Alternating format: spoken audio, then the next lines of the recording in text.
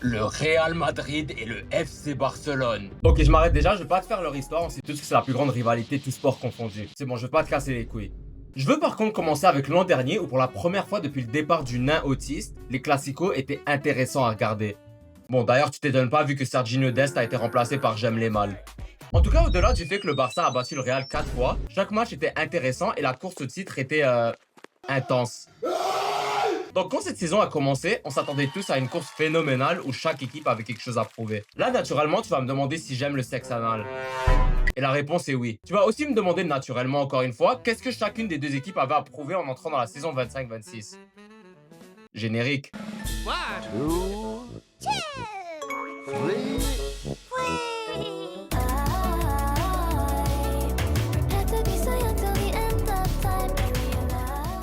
Commençons avec le Real Madrid parce que, bah fuck, ils ont perdu 4 fois, c'est évident. Le Real Madrid l'an dernier était quand même mauvais, faut dire les choses, mais je blâme 100% les blessures.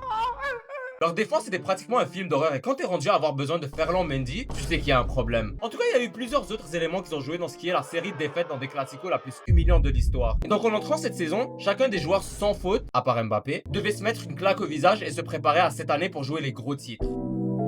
Et aussi d'éviter de perdre 4 fois contre le...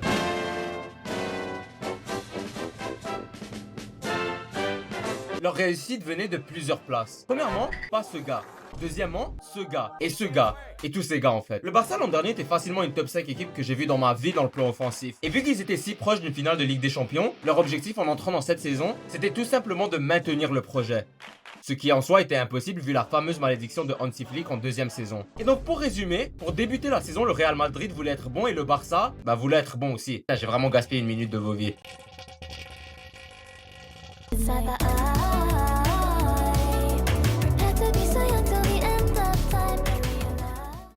Malgré le fait que je pensais que le Barça allait être nul, ils ont commencé avec 6 victoires et une égalité en Liga. Je peux vous dire que j'ai stressé vu que j'ai fait une vidéo où j'expliquais comment le Barça allait puer. Va la regarder s'il te plaît. Mais malgré quelques scores exorbitants, je n'étais pas convaincu par leur style de jeu. J'avais l'impression qu'il manquait quelque chose mais j'arrivais pas à identifier c'était quoi. Pour ce qui est du Real Madrid, j'avais un peu plus d'espoir après la signature de Huijsen et Alvaro Carreras qui adressaient directement leurs deux plus gros problèmes. Et d'ailleurs, fun fact, Manchester United ont laissé Carreras partir pour des peanuts. Et oui, c'est mon équipe favorite. En tout cas, ils se sont renforcés dans ces positions et on s'est rendu compte de l'importance des nouvelles arrivées lorsque le Real s'est fait défoncer par Paris dans le seul match où ils étaient absents. En tout cas, le début de saison du Real Madrid était excellent avec cette fois 6 victoires dans les 6 premiers matchs. Je les ai trouvés plus décisifs que le Barça dans leur jeu dans ces premiers matchs, mais c'est à ce moment que le Real Madrid ont dû faire face à leur premier test. L'Atlético de Madrid. Ok, enlève la musique intense, l'Atlético était vraiment nul jusque-là, donc en vrai, c'était pas un gros... Ok, bah... Wow, c'est chaud un peu. Le match contre l'Atlético était le premier indice que la saison du Real allait pas être très... juteuse. Et donc, après quelques matchs de plus sans trop de péripéties, le Barça et le Real se rencontraient enfin cette saison. Le Barça à ce moment qui éprouvait quand même beaucoup de difficultés avec l'absence de Rafinha, Yamal, Pedri. Putain, ça fait beaucoup. Et le Real qui pour l'instant jouait quand même bien. Tout se jouait sur ce match. Je rigole, c'était mort du moment où Yamal a ouvert sa gueule avant le match en sachant qu'il n'était pas prêt physiquement. Je vais pas vous refaire vivre ce match parce que je me sens mal pour les fans du Barça, mais c'était une domination totale du Real Madrid. Vini faisait son premier match correct en 1 an. Mbappé était à l'appel. Tout s'est bien passé pour le Real et honnêtement à ce moment dans ma tête, le titre était décidé. Oh mon dieu, mais qu'est-ce qui se passe? Voyons voir.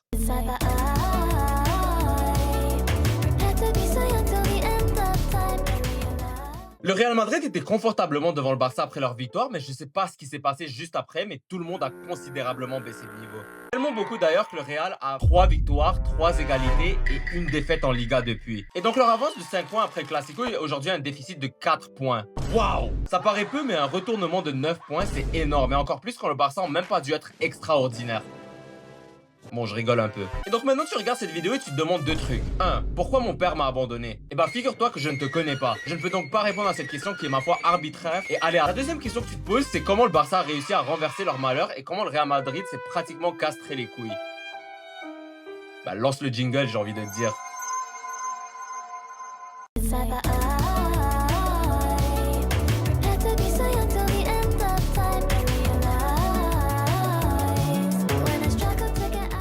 Donc je commence avec le Barça parce que c'est beaucoup plus simple. Comme les 2 dernières années, la raison que quoi que ce soit de positif se passe avec le Barça, c'est cet homme.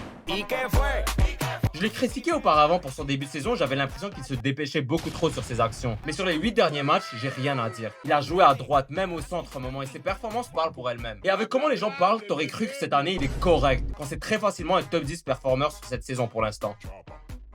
Ok, c'est bon, je peux check la liste. Là, si t'es pas un fan du Barça, tu regardes probablement ton écran prêt à crier des injures. Et si t'es un fan du Barça, la même, soyons honnêtes. Eric Garcia, c'est très clairement un joueur de grosse merde. Mais, depuis qu'il a été déployé dans le milieu pour remplacer De Jong, je trouve qu'il a plus que assumé son poste. Il combine quand même bien et il résout le plus gros problème du Barça, la défense en transition. Allez voir tous les buts que le Barça a mangé en début de saison. Il y a toujours plus d'attaquants que de défenseurs. Maintenant, en transition, t'as Koubarsi, Gérard Martin et Eric Garcia qui reviennent pour défendre. Et honnêtement, j'arrive pas à croire que la solution était tout simplement de jouer Eric Garcia au milieu. Et d'envoyer Araujo se repentir au mur des lamentations en Israël. Ah, rien d'autre? Bon bah... c'est bon en fait. La vérité les gars, le Barça a amélioré quelques petits trucs, mais cette année, cette Liga, c'est au Real de la gagner. Ou comme on le voit pour l'instant, la perdre.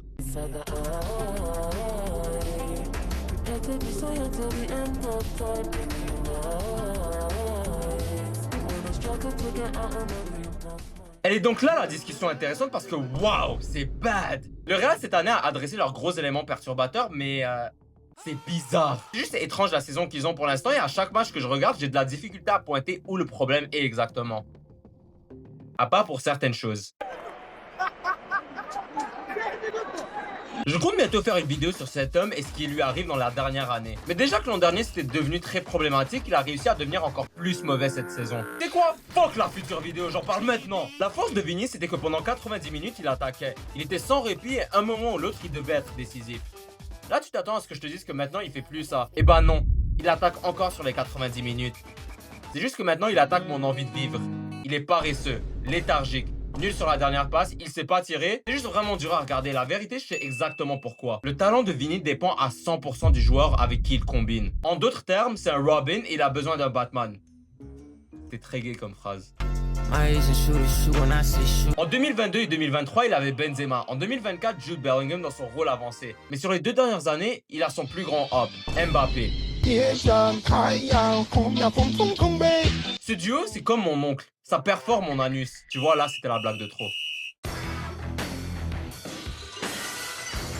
C'était drôle l'an dernier quand Asensio jouait parce que tu voyais tous les fans du Real essayer de faire semblant d'aimer regarder le défenseur le plus moyen jouer. Et bon, pour quelques matchs, c'était fun. Mais c'est plus possible, je peux plus le regarder et encore moins en arrière droit. Trent, Carvajal, vous êtes où? Donc ouais, y a pas un autre défenseur à part lui qui me dérange. Viens là, je t'ai pas oublié. Il y a 2-3 ans, c'était potentiellement le meilleur défenseur central du monde et maintenant c'est le pire. Et maintenant, je suis plus capable de le regarder jouer, il est abominable. J'en peux vraiment plus. Je suis même pas fan du Real et je prie que Militao ne se blesse pas parce que si je dois regarder une autre combinaison de défenseurs à part Militao et Huijsen, je vais perdre la tête. Donc j'ai mentionné les 3 derniers joueurs parce que c'est les seuls qui me viennent en tête quand je pense au downfall du Real. Mais par contre, la vraie raison que le Real a de la difficulté, c'est que cet homme a tout oublié en 4 mois. Pour un gars qui était aussi bon à Leverkusen à prendre des risques et s'adapter, il a juste l'air d'un homme complètement aveugle dans son coaching. Jouer masturbateur à la place de Rodrigo pour une moitié de saison, c'est comme appeler ton enfant Michel. Tu fais pas ça. Et donc quoi qu'il fasse mieux que Ancelotti, d'ailleurs c'est pas dur, il est quand même très décevant. Et ouais, je sais, Tchouaméni a retrouvé sa forme cette année, Arda Güler joue bien, un match sur 2, Mbappé est le meilleur joueur du monde. Toutes ces choses se passent sous Xabi Alonso, mais 3 égalités de suite, faut pas abuser. Ah, et aussi un dernier truc, il devrait être exécuté pour jouer Gonzalo Garcia au lieu de Hendrik.